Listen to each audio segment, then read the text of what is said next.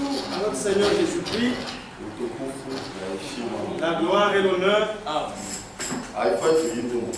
Nous ne devons pas seulement le chanter dans la bouche. Nous devons vivre cela. Est-ce que nous suivons ce soir? Qu'il nous montre ce que nous devons faire et que nous mettions cela en pratique. Et c'est en ce moment-là que nous allons nous accorder avec lui. Amen. Amen. Ce soir, avec beaucoup de respect et l'amour et la joie, nous saluons chaque frère et chaque sœur au nom de Jésus-Christ. Est-ce que vous avez la joie? Que Dieu vous bénisse richement. Nous étions séparés il y a beaucoup d'années. Mais Dieu a voulu qu'aujourd'hui, que nous nous tenions devant vous, priez pour nous.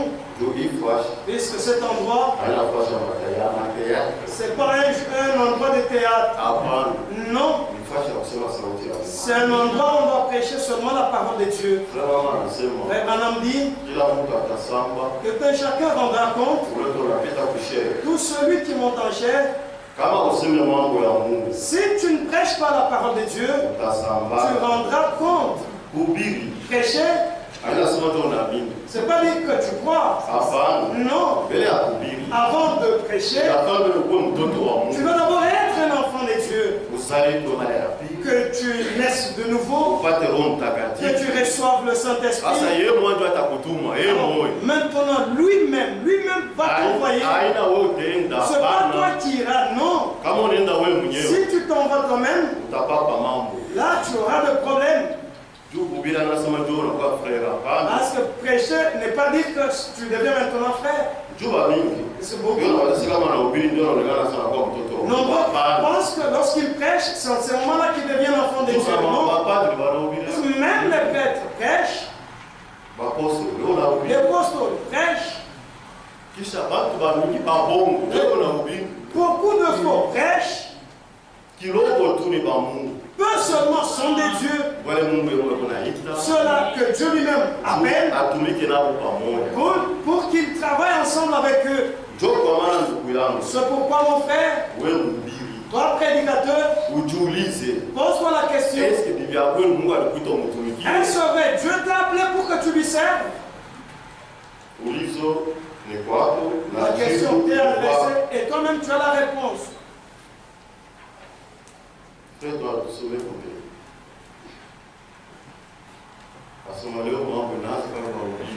Les problèmes aujourd'hui commencent seulement avec les prédicateurs.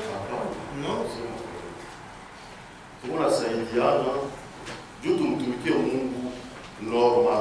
Nous nous aidons pour que nous servons Dieu normalement, comme on se voit. Une vie cachée avec Christ, prêché le 13 février 1966, page 32, deuxième partie. Frère, un jour, nous devons rencontrer Christ au jugement. Malheur à l'homme qui se tiendra derrière la chair et usera de son influence pour flatter certaines personnes au lieu de prêcher l'évangile tel que Dieu l'a dit. On doit vous dire la vérité. Ce dont nous avons besoin aujourd'hui, c'est de plus de vérité qui soit publié dans sa lumière. Que Dieu vous bénisse richement. Lorsque le prédicateur passe ici, il faut accepter qu'il te dise la vérité. Pas seulement pour te flatter. Il rendra compte. Et toi aussi tu rendras compte. Mais tu ne veux pas qu'on te montre la vérité. La vérité, c'est la parole de Dieu. La vérité, c'est sa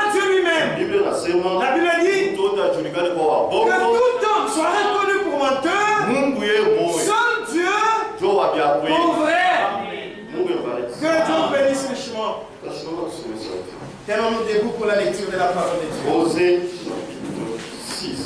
Hosea sura ya 6. Verset 1. Shairi ya kwanza.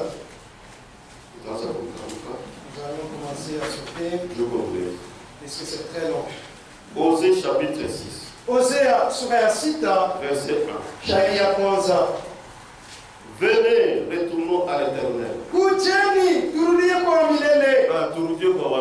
Retournons à l'Éternel. Que tout un chacun retourne à l'Éternel. Car Kwani il a déchiré, alipasula, mais il nous guérira. lakini atatuponya.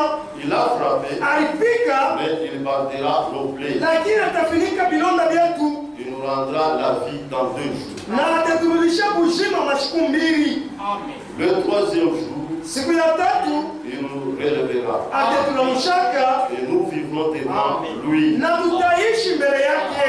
Connaissons, Tujue, cherchons à connaître l'Éternel. tutafute kwa kujua wa milele. Connaissons, Tujue, cherchons à connaître l'Éternel. tutafute kujua wa milele. Sa venue est aussi certaine que celle de l'aurore. Kuja kwake kuko hakika kupita leo pambazuko. Sa venue Kuja kwake est aussi certain iko vile vile hakika que celle de l'aurore. kuliko ya mpaka vile sana ya pambazuko. Il viendra pour nous comme la pluie, Atakuwa kwetu sa mvua, comme la pluie du printemps qui arrose la terre. sa vile mvua kwanza inaonekana na mimea udongo. On expliquera là. Nous nous asseoir. Tournez les On chansons. continue la lecture. Verset 6. Sharia 6. Car Kwani j'aime la piété napendaka utawa et non le sacrifice. na hapana masadaka. Mungu wetu anapendaka utawa. Notre Dieu aime la piété. Asipendake masadaka. Il n'aime pas les sacrifices. Il y a d'autres personnes qui viennent tromper les serviteurs de Dieu avec des offrandes. Mais sa vie, c'est une vie très tortueuse. Une vie rusée.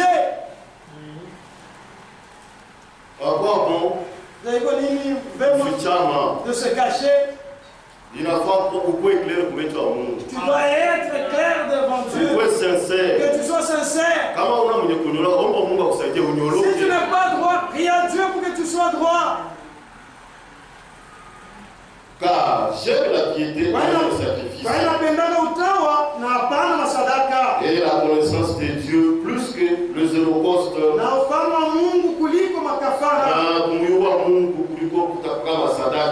Connaître Dieu au lieu des holocaustes. Verset 10.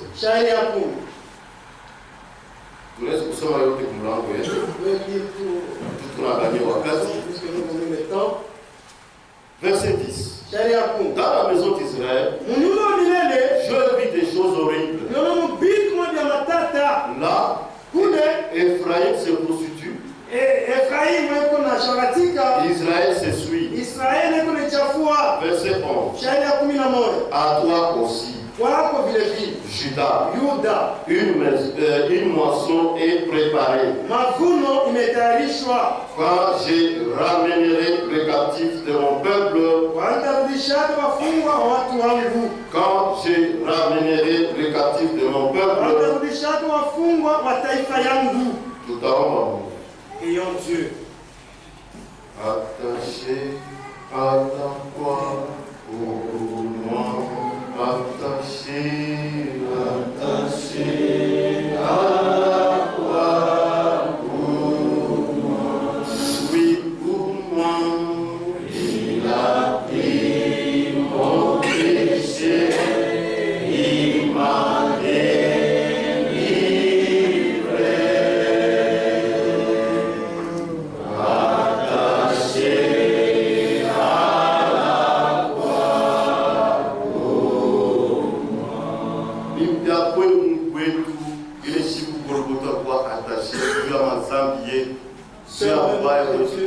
ce jour-là, Golgotha, tu as été attaché pour nos péchés et pour tous nos manquements.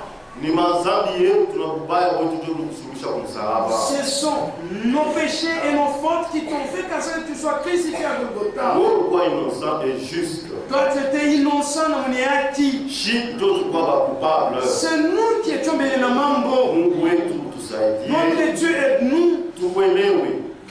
puissions te connaître. Que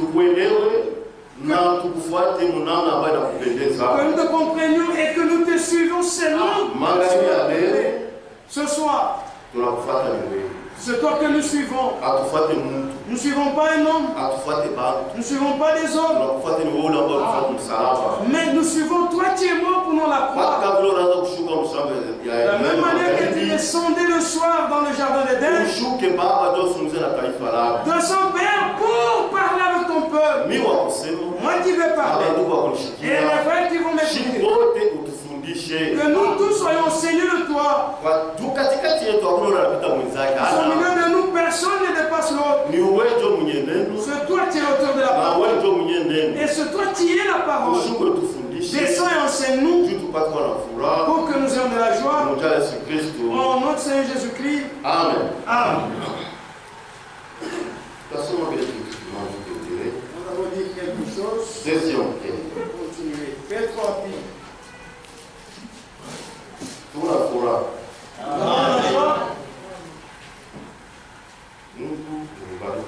Que Dieu vous bénisse richement. 2 Pierre chapitre 1 verset 12. Petro wa pili sura ya kwanza shairi ya 12. Voilà pourquoi je prendrai soin de vous rappeler ces choses.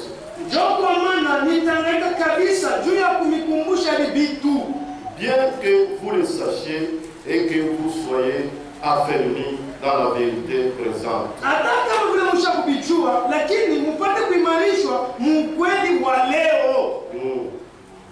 Et je regarde comme un devoir, aussi longtemps que je suis dans cette tente, de vous tenir en éveil par des avertissements.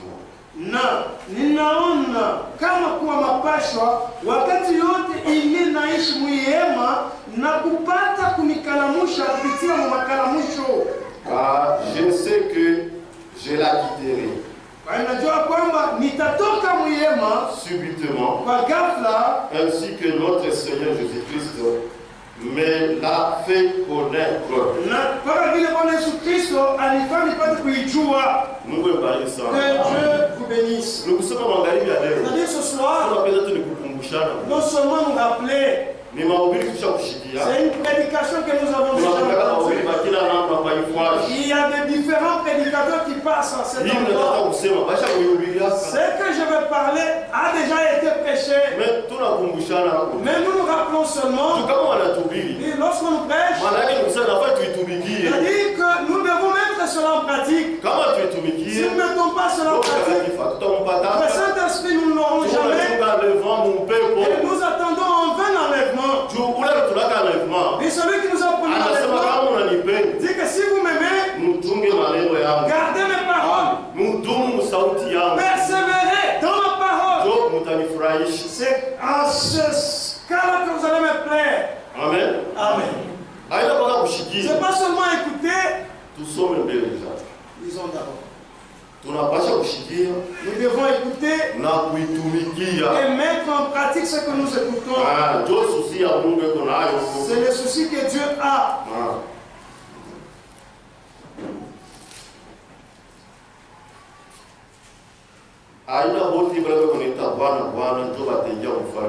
Ceux-là qui m'appellent Seigneur, Seigneur, qui entreront dans le royaume de Dieu. Mais seulement ceux qui font la volonté de Dieu, qui entreront et le verront. Quelle est la volonté de Dieu? C'est sa parole. C'est mettre en pratique la parole de Dieu. Nous devons jour et nuit mettre en pratique la parole de Dieu. Nous n'avons plus de temps à perdre. C'est l'enlèvement n'est plus loin. Lorsque le prophète était vivant, il a dit que l'enlèvement les pécheurs d'une lame de rasoir. Lui étant vivant. Mais aujourd'hui, il y a longtemps qu'il est décédé. Et s'il avait dit que l'enlèvement reste à la grandeur où les pécheurs d'une lame de rasoir, combien d'années sont passées depuis qu'il est parti? Posons-nous la question maintenant, l'enlèvement, à quelle épaisseur? Nous n'avons plus de temps pour faire des blagues. Nous avons seulement le temps d'écouter la parole de Dieu de la même façon. Et toi qui joues, tu auras aussi une récompense. Et celui qui met en pratique la parole, lui aussi aura une récompense. Il dit, je reviens. Et je viens payer tout un chacun selon ses œuvres.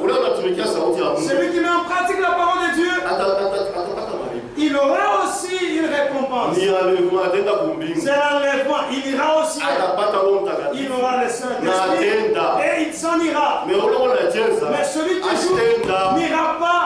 Ce message, si nous l'avons reçu, son objectif, c'est le croire et le mettre en pratique. Pour que nous ayons le Saint-Esprit, que nous en allons.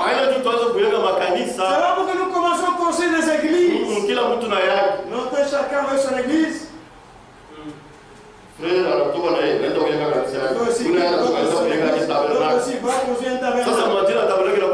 Il y a beaucoup de noms de tabernacles. Tabernacle du Dieu vivant. Tabernacle à Mungaliaï. Tabernacle du marbre, tabernacle à marbre et autre chose. Tabernacle plus. Tabernacle plus. Pourquoi tous ces tabernacles? Ce message n'est pas venu pour que nous construisions des tabernacles. Mais il est venu avec un objectif. Nous préparer comme une épouse. Nous recevons le Saint-Esprit que nous nous en allons. Si tu ne veux pas ainsi, tu perds ton temps inutilement ici. C'est une mauvaise chose. Que Dieu nous bénisse richement. Jacques chapitre 1. Yakobo sura ya kwanza verset 16. Shairi ya 16. Ne vous y trompez pas. Musijidanganye. Ne vous y trompez pas, mes frères. Musijidanganye wandugu wangu.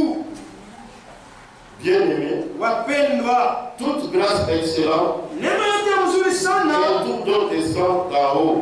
Na zawadi yote kamilifu inashuka kutoka mbingu. Du Père de lumière, chez lequel il n'y a ni changement ni ombre de variation. Verset 18. Il nous a engendrés selon sa volonté. Par la parole de vérité. Donc, Dieu nous engendre par sa parole. Il faut voir la parole de Dieu dans ton cœur, c'est en ce moment-là que tu vas aimer. Et si tu crois en toi, tu auras maintenant ce pouvoir de mettre cette parole. Mais si tu l'as cru seulement dans ta tête, tu commenceras à faire des théâtres. Dieu ne nous a pas appelés pour être pharisiens. Les pharisiens, c'est-à-dire des gens qui font des théâtres dans les affaires de Dieu. Lorsque tu fais des théâtres, abandonne, arrête. Aujourd'hui, abandonne, arrête les théâtres. Mais en pratique la parole de Dieu. Ah, c'est à ce moment-là que tu verras Dieu. Pourquoi faire de ma frère? Tu fais de zigzag. Nous te voyons comme frère. Alors que tu es mon africain. C'est pas de l'importance. Si tu es ainsi, va vers Dieu à la croix et dis-lui ton problème. Dis-lui ce que tu es. Humilie-toi devant lui. Réponds-toi sincèrement. Il va t'aider. Tu ne dois pas rester avec ton démon. Il va te faire tuer comme Caïn. Ce qui a fait tuer Caïn, c'est l'orgueil. On te dit la parole de Dieu. Tu résistes au Kangala.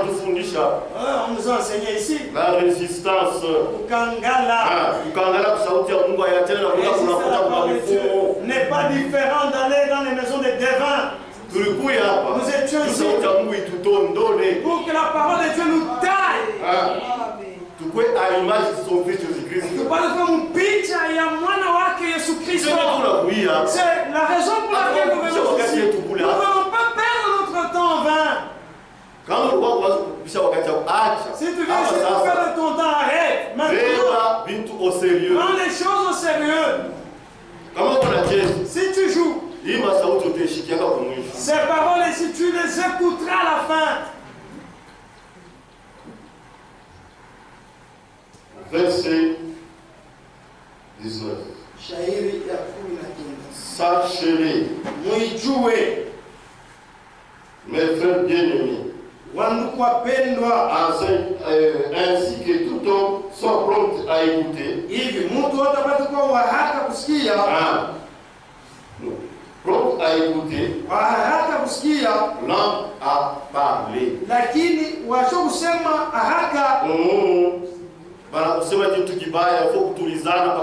On te dit quelque chose de mauvais, tu dois d'abord te répliquer. On te dit seulement ici, tu répliques. Non, tu n'es pas différent de celui qui a prononcé une mauvaise parole. Mais ça doit te faire mal. Ça montre si tu es chrétien ou pas. Elle nous a dit ici hier. Tous ces jours pendant qu'on nous enseignait, moi j'ai retenu cela. Nous devons être sérieux. L'enlèvement n'est pas loin. Si tu résistes, c'est ton affaire. Et tu ne connais ni le jour ni l'heure qui viendra. Personne ne connaît le jour ni l'heure. Nous ne connaissons pas si c'est lorsque nous allons sortir qui va venir. Maintenant toi, il te trouvera dans quelles conditions? Si tu n'as pas le Saint-Esprit, tu ne t'en iras pas. Même si c'est toi qui construis ce temple, sans le Saint-Esprit, tu n'iras pas. Cherche le Saint-Esprit de tout ton cœur.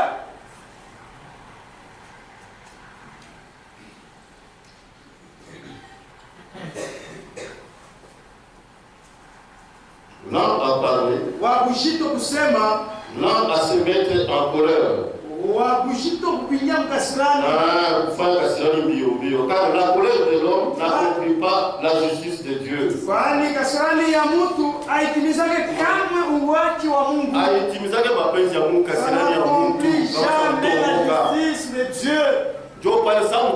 C'est pourquoi comme un enfant de Dieu, une fille de Dieu ou un homme de Dieu,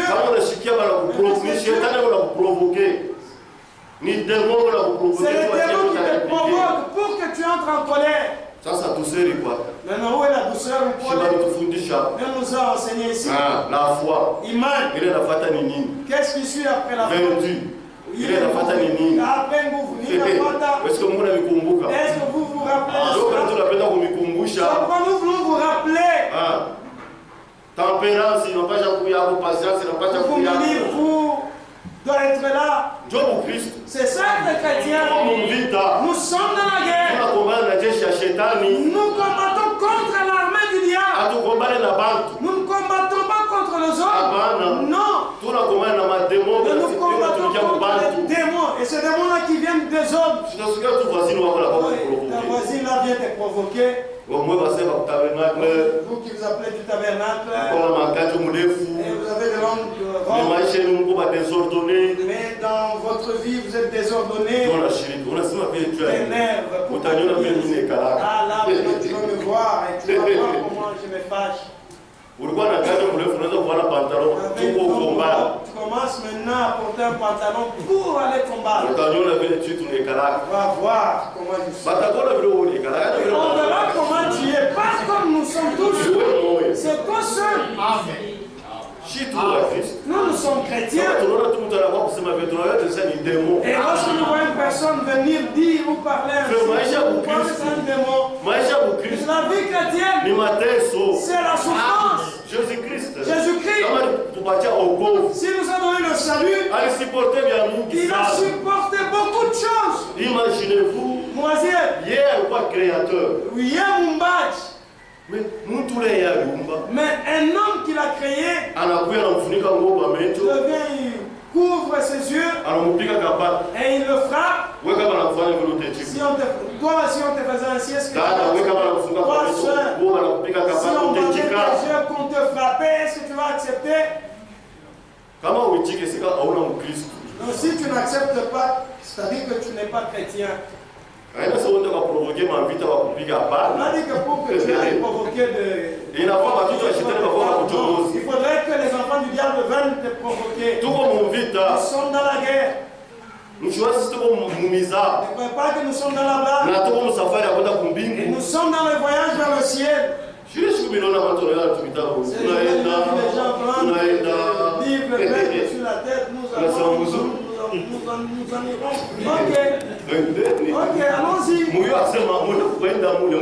Sachez que dans ce voyage-là, il y a la guerre. C'est pas de la blague. C'est vrai, nous en irons. Mais il y a aussi les combats que nous devons combattre. Et ce pourquoi Jésus-Christ a dit, il sera assis sur le trône. On ne te mettra pas sur le trône si tu n'as pas combattu. Comment toi tu n'as pas vaincu la guerre? Comment est-ce qu'on peut te mettre sur le trône?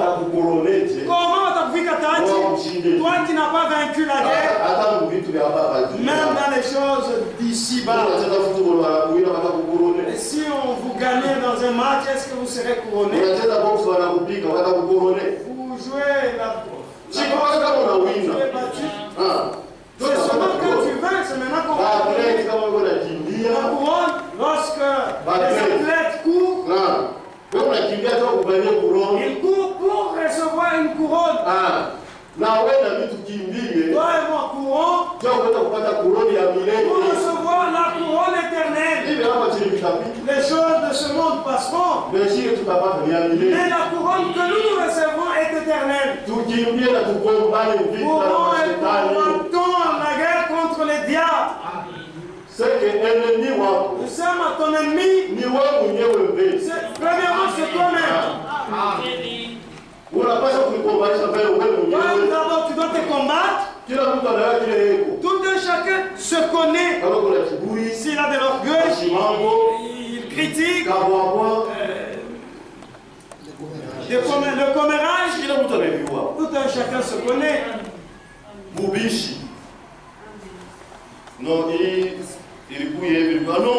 Des disputes. Ça, c'était comme ça. Pourquoi tu n'y étais pas? Non, on a dit que c'était comme ça. Pourquoi tu la parole de Dieu dit ceci. Lorsque vous regarde son côté faible qui se répand et qui l'arrange. Même si j'ai fauté, je ne peux pas me repentir. Pourquoi vais-je me repentir? Non, pour qu'il me résout. Non? On ne puisse pas te dominer, mais tu resteras. Ceux-là qu'on domine sont ceux qui s'en iront. Pourquoi il doit me dominer? C'est un petit, alors que moi c'est grand. Mais celui qui a l'esprit de Christ, s'il offense même un petit, il sentira la condamnation. Et il a demandé pardon à ce gamin. Mais c'est un petit, pourquoi tu es un orgueilleux? Tu es un orgueilleux. Tu es le frère de Caïn. On a posé la question, où est Caïn? Il est dans la prison. Et aujourd'hui, il y est. Et comme on écoutait, soit et il attend le jugement et la condamnation pour qu'il soit brûlé avec son père le diable. C'est là que toi aussi tu iras. Les affaires de Dieu, c'est pour les âmes. Les âmes là, le monde voit qu'ils sont insensés, alors qu'ils sont très malins. Jésus-Christ.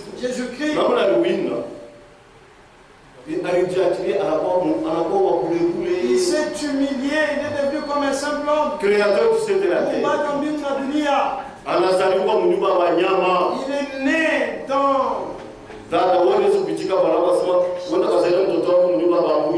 autorités. Tu peux accepter que tu es au monde dans une crèche. Mais La guerre ou le combat entrera dans la maison. Mais Jésus-Christ est là pour nous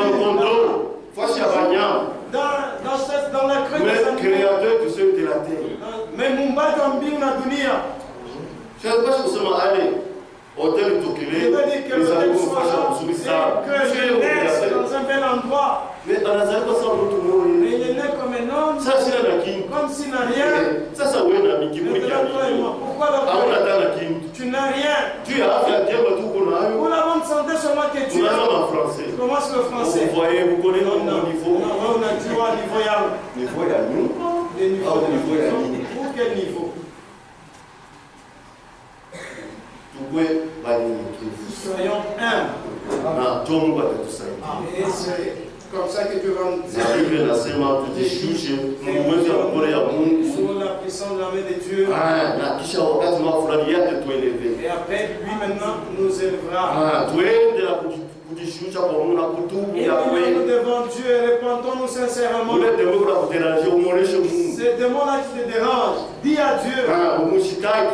Acquise-le chez Dieu. C'est pourquoi. Dieu commande. Résultat tout de suite. Et tout excès de malice. C'est pourquoi. Résultat tout de suite. Et tout excès de malice. Recevez avec douceur la parole qui a été plantée en vous. Et qui peut sauver vos âmes.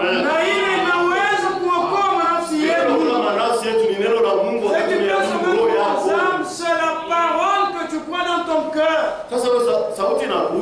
Toi, la parole vient. Tu goûtes cette parole. Je ne vais pas accepter. Même si et le frère qui prêche là, il ne sait même pas parler. Ok. Mais est-ce que cette parole de Dieu, tu la trouveras là?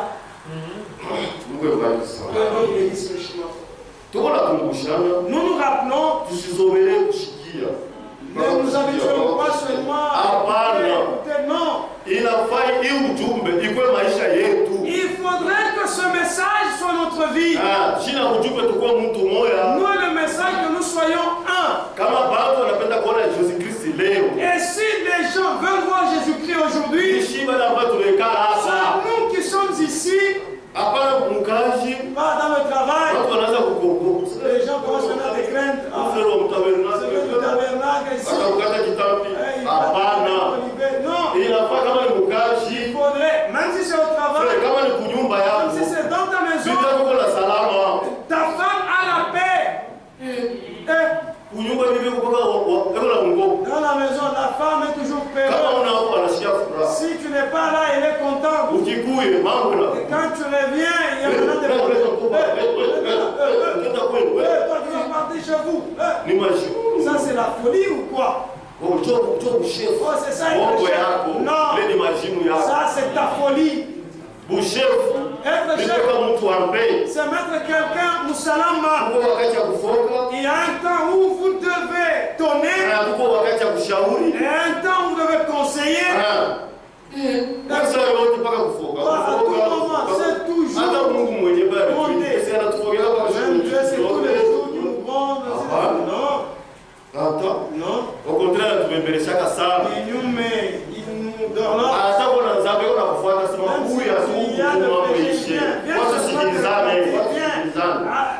Accordons-nous, viens, parlons. Mais toi et moi, pourquoi nous sommes comme ça? Et si tu n'es pas là, la femme est dans la joie. Et quand tu viens, il y a des problèmes. Frère? Et je vais te renvoyer, tu vas rentrer chez toi. Pourquoi toi tu ne rentres pas chez vous? Un jour, elle aussi te chassera. Recevez avec douceur la parole qui a été plantée en vous. Verset 22. Mettez en pratique la parole de Dieu. Et ne vous par de faux raisonnements. Voilà. Car si quelqu'un écoute la parole de Dieu et la met en pratique, il est semblable à un homme qui garde et qui regarde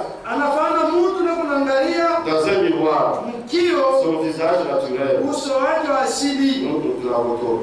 Car si quelqu'un n'écoute pas la parole de Dieu et les met en pratique,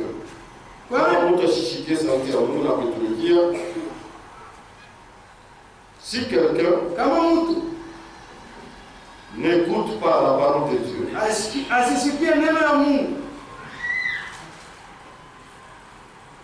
et ne les met pas en pratique, il est semblable à un homme qui regarde dans un miroir son visage naturel et qui, après s'être regardé, s'en va et oublie aussitôt qui il était. Donc, neno la Mungu ni décalage. La parole de Dieu c'est un miroir. Le matin quand on réveille nous miroir, on regardons dans le miroir. Pour que tu regardes, si tu as de la saleté au visage, pour que tu puisses l'enlever. C'est la même chose avec la parole. C'est un miroir. Regarde-toi dans cette parole. Si tu as des problèmes, et arrange. Réponds-toi et arrange. Que tu sois sincère. Il ne faut pas être munafiki. Si la parole de Dieu te dit ce que tu es, tu fais semblant. C'est ton problème. Notre problème aujourd'hui c'est quoi? Quel est le titre de notre prédication? Nous avons voulu nous rappeler de ce problème. Reconnaissez le jour et son message.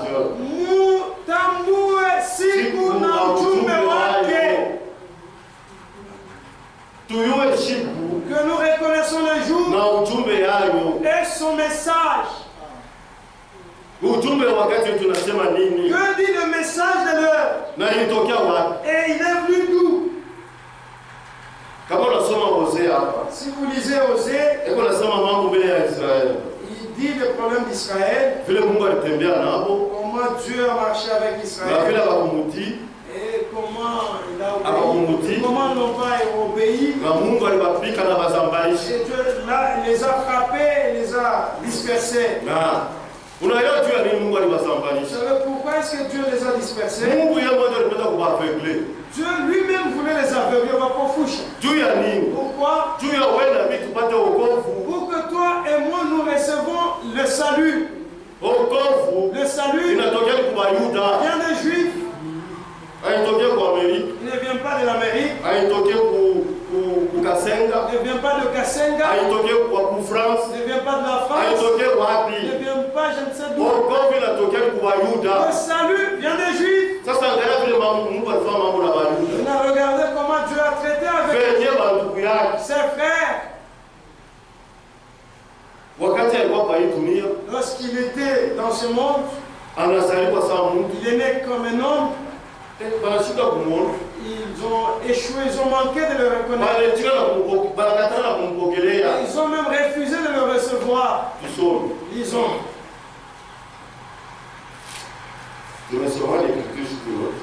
ont cette écriture. Réalisons ça pour bien nous accorder. Jean, Yohan, chapitre 1. sois à point.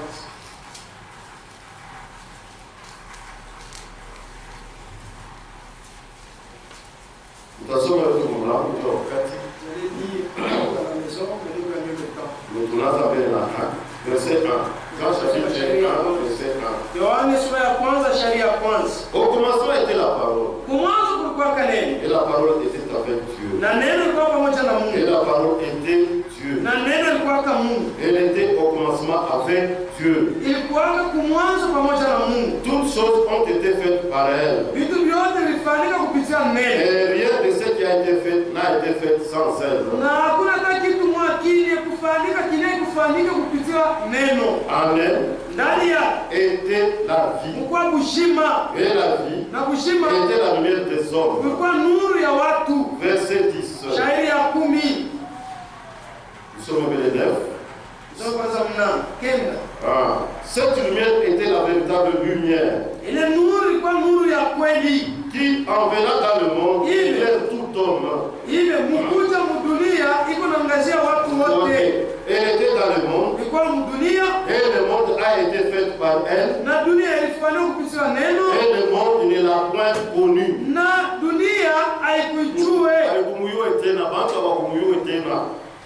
Mais il s'est dit verset 11. Elle était venue chez le sien. Les Juifs. Elle est venue chez les siens. Et les siens ne l'ont point reçu. Mais à tous ceux qui l'ont reçu.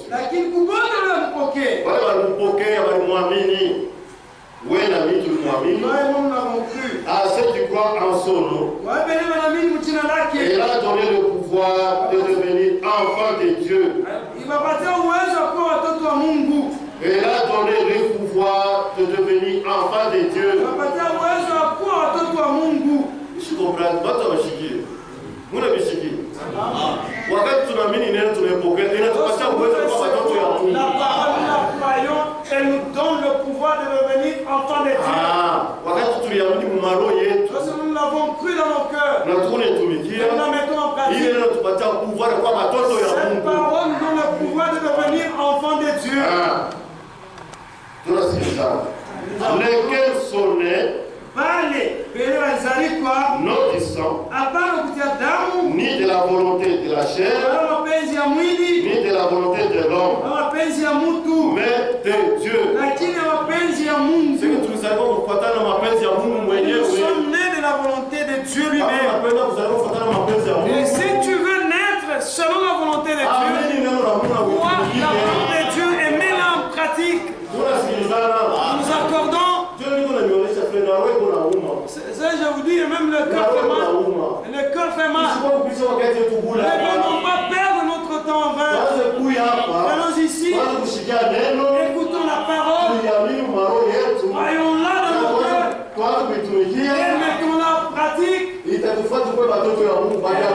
nous fera enfants de Dieu véritable. Amen.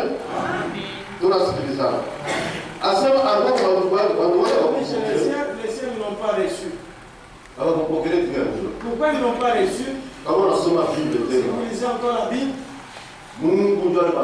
c'est Dieu qui va profoucher. Pourquoi? Lorsqu'il les a aveuglés, c'est pour que toi et moi nous recevons le salut. C'est pourquoi la Bible dit, travaillons notre salut avec crainte et tremblement. Pourquoi? C'est un salut que nous n'avons pas mérité. C'était le salut des Juifs. Et aujourd'hui, ce sont eux qui sont les concernés. Mais jusqu'à aujourd'hui, pour que toi et moi, nous soyons enlevés. Et lorsque nous en irons, c'est maintenant que Dieu viendra les ouvrir les yeux. Et Dieu les enverra deux prophètes, Moïse et Élie. Ils commenceront à le prêcher. Lorsqu'ils le prêcheront, ils commenceront maintenant à comprendre. Alors, Moïse et Élie, celui maintenant qui les a envoyés viendra. Lorsqu'il viendra, ils vont le recevoir. Maintenant, ils le regarderont. Il a des plaies. Tiens, c'est toi notre Messie. D'où viennent ces plaies? Ces plaies viennent d'où? Il leur répondra. C'est toujours dans la maison de mes frères où j'ai reçu ces plaies. C'est vous qui m'avez fait ainsi. Donc, ils pleureront amèrement. Il me dit qu'ils pleureront comme comme celui qui a perdu son fils unique. Lorsqu'il meurt, les parents se disperseront en train de pleurer. Mais si Notre Messie était venu. Nous l'avions tué. Nous l'avons crucifié à la croix. Il fallait que nous sommes ici, recevons le salut. Regarde le problème. Le salut, ce salut, nous ne l'avions pas mérité. Toi et moi, nous l'avons par la grâce. Jésus-Christ,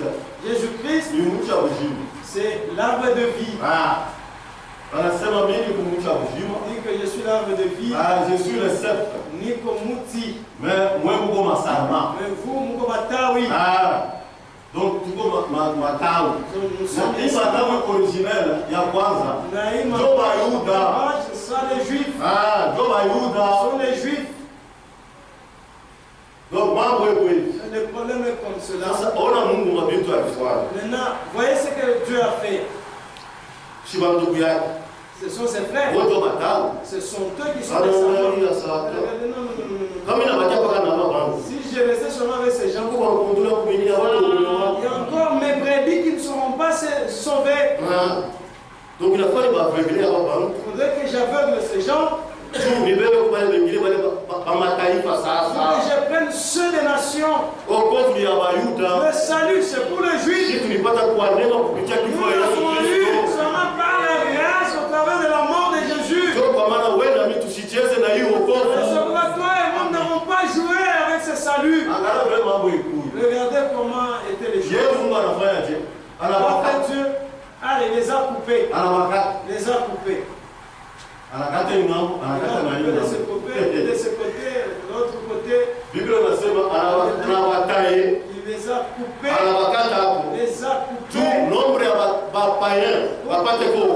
Pour qu'un nombre de païens reçoive le salut. Maintenant, toi, il nous a seulement greffés. Nous a seulement greffés. Pour que tu trouves sa vie qu'il a et que tu reçoives le salut. Le salut que tu as, c'est seulement dans la grâce. Notre Dieu, si d'abord il a coupé ses frères sans avoir pitié pour eux, mais toi et moi il a eu pour nous une compassion. Non, pourquoi tu joues avec les affaires de Dieu? Pourquoi la femme a théâtre? Pourquoi tu fais le théâtre? C'est Dieu-là qui a pu retrancher ses frères. Il les a retranchés pour que toi et moi nous recevons le salut. Et il t'a greffé. Si tu joues, et tu vas échouer là de te retirer, mais il va te retrancher là sans problème. Oui. Qu'est-ce que tu vas lui faire? Qu'est-ce que vous lui ferez? Frère, tu veux le membre de mon abonné à côté de les affaires de Dieu avec crainte et tremblement. Il ne faut pas jouer. Fais ceci, tu dois suivre. Ne vois pas les hommes.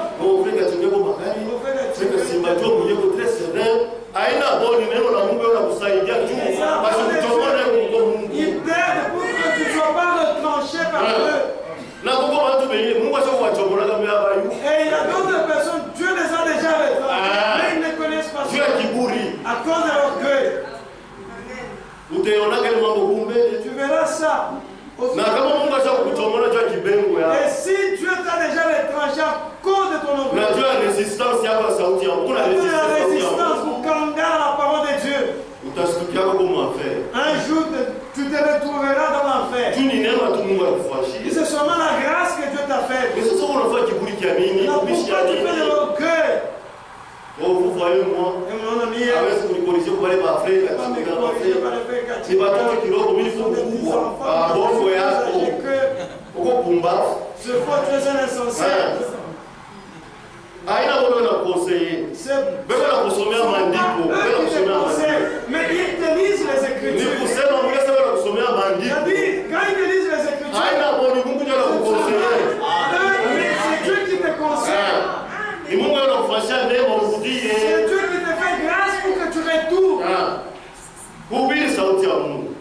parole de Dieu. C'est pas crier. Pas parler aussi avec douceur. Non. Mais c'est prêcher les Écritures. Ça, c'est magique. Maintenant, les Écritures. C'est là que tu as. Quand tu les il va te dire ce que tu cherches. Tu devrais connaître aujourd'hui les secrets de Dieu. Dieu veut t'aider. Parce que les conseils qu'il te dit, ce qu'on te lit. Parce que lui et les Écritures sont un. Dieu ne réunira jamais sa parole. Mais c'est toi et moi qui devons nous aligner dans sa parole.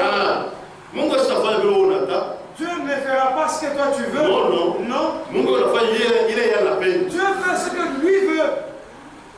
Nous attendons.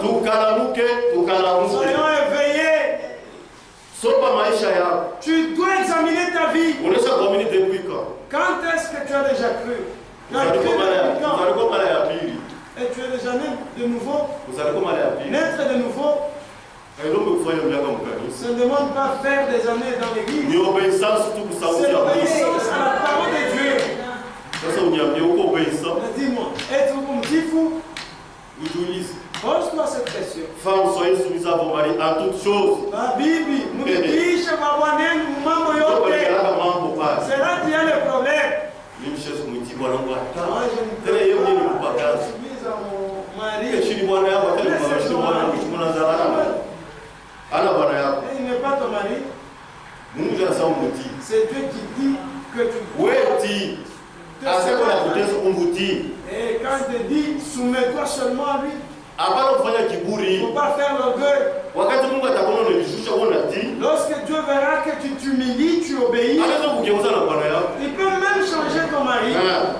Il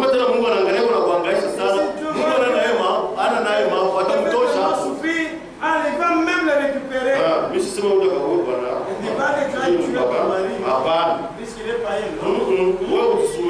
Toi, soumets-toi seulement. Aimez vos femmes comme vos corps.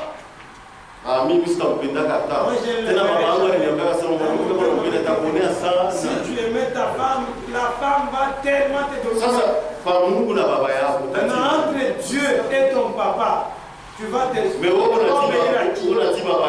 Toi, tu obéis à ton père. On verra où est-ce que ton papa va t'amener. Mais notre Dieu, il a un endroit qui va nous emmener. C'est au ciel.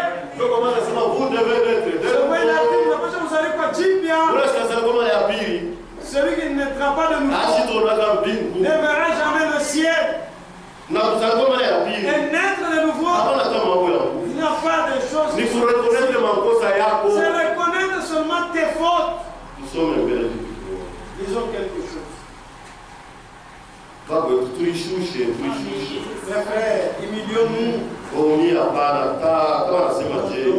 Même s'il parlait de quelle manière. Alors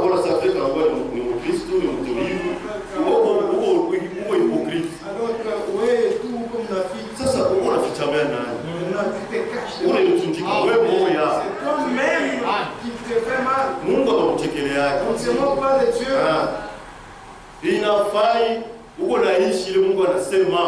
Il faut vivre ce que Dieu dit. Si tu es va à genoux et dis à Dieu pour qu'il t'aide. Dis à Dieu c'est tu ne dois pas garder ces démons. Non, ne va pas te repentir. Un démon d'orgueil. Il y a un mauvais démon, le démon de celui qui a fait que Caïn soit dans les problèmes. Je dis que donnez-moi. Mungu ashikupitake Abel kumpembele sawa Abel sadaka kujije kondolo na umwage damu ashimonyeshe kumpembele. Je n'avais pas appelé à côté Abel pour dire non, tu dois égorger un animal. Alisema kwa hivyo subra bwana mimi magharibi ya leo. Il a dit tel que nous sommes en train de parler vous et moi ce soir. Sasa watoto ya Mungu bo. Maintenant les enfants de Dieu. Kama Mungu anatosha neno lake. Quand Dieu donne sa parole. Yule anapatia deja ufunuo. Ça leur donne la révélation. Yule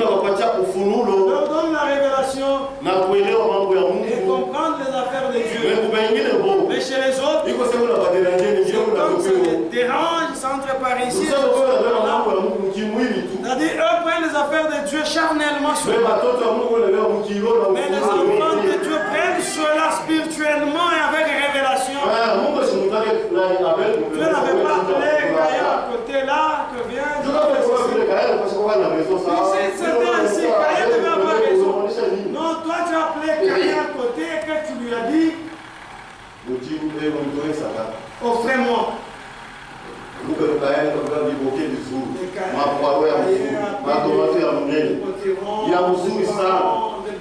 De bons fruits.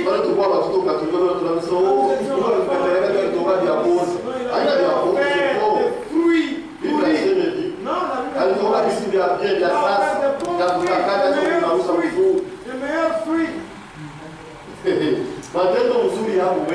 Les bonnes œuvres.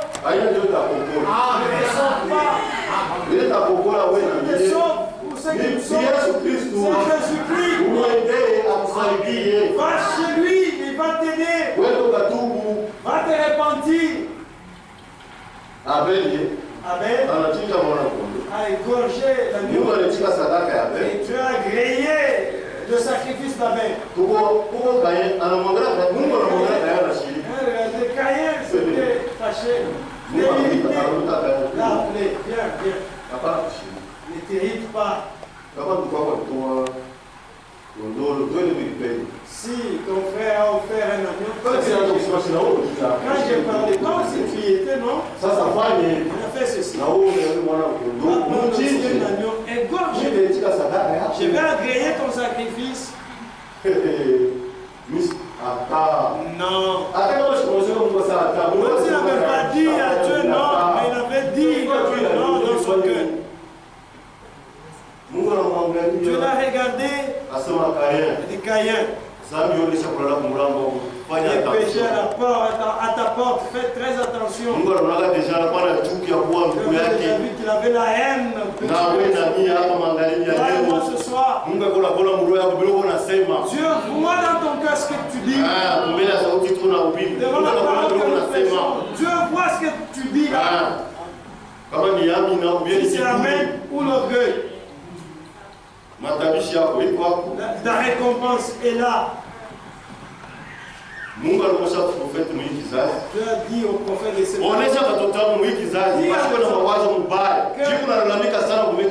que mes enfants ne puissent pas avoir de mauvaises pensées.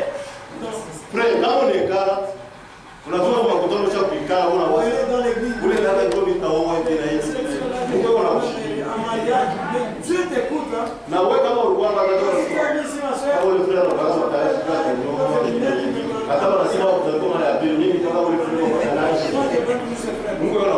Dieu t'écoute.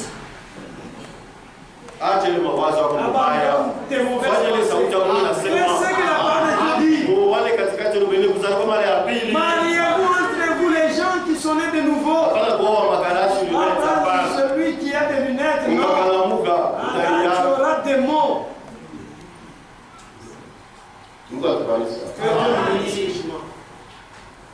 Caïn a refusé.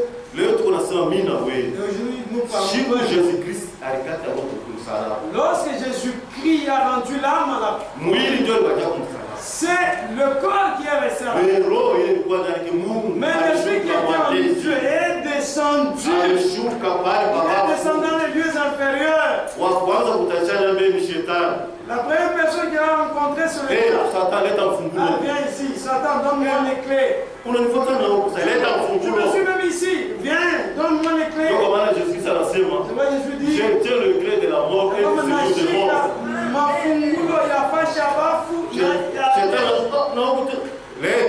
Allez, donne-moi.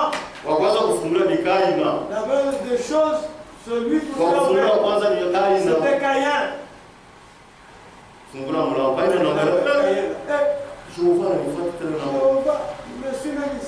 Si tu avais écouté ce que je disais, aujourd'hui tu ne veux pas rester dans ce cachot. Tu avais fait l'orgueil. Reste toujours ici. Avec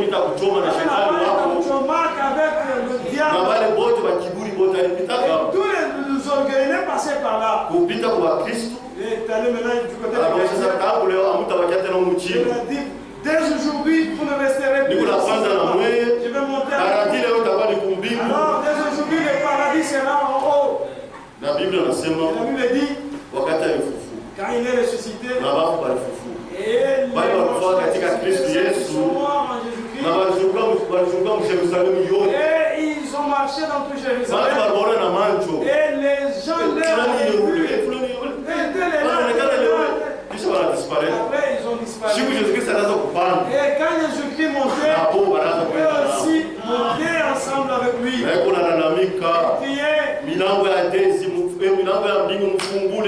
Le corps des cieux, ouvrez, levez le manteau. Il est ce roi puissant. Éternel des armes. Les portes. Je vais connaître les portes du ciel.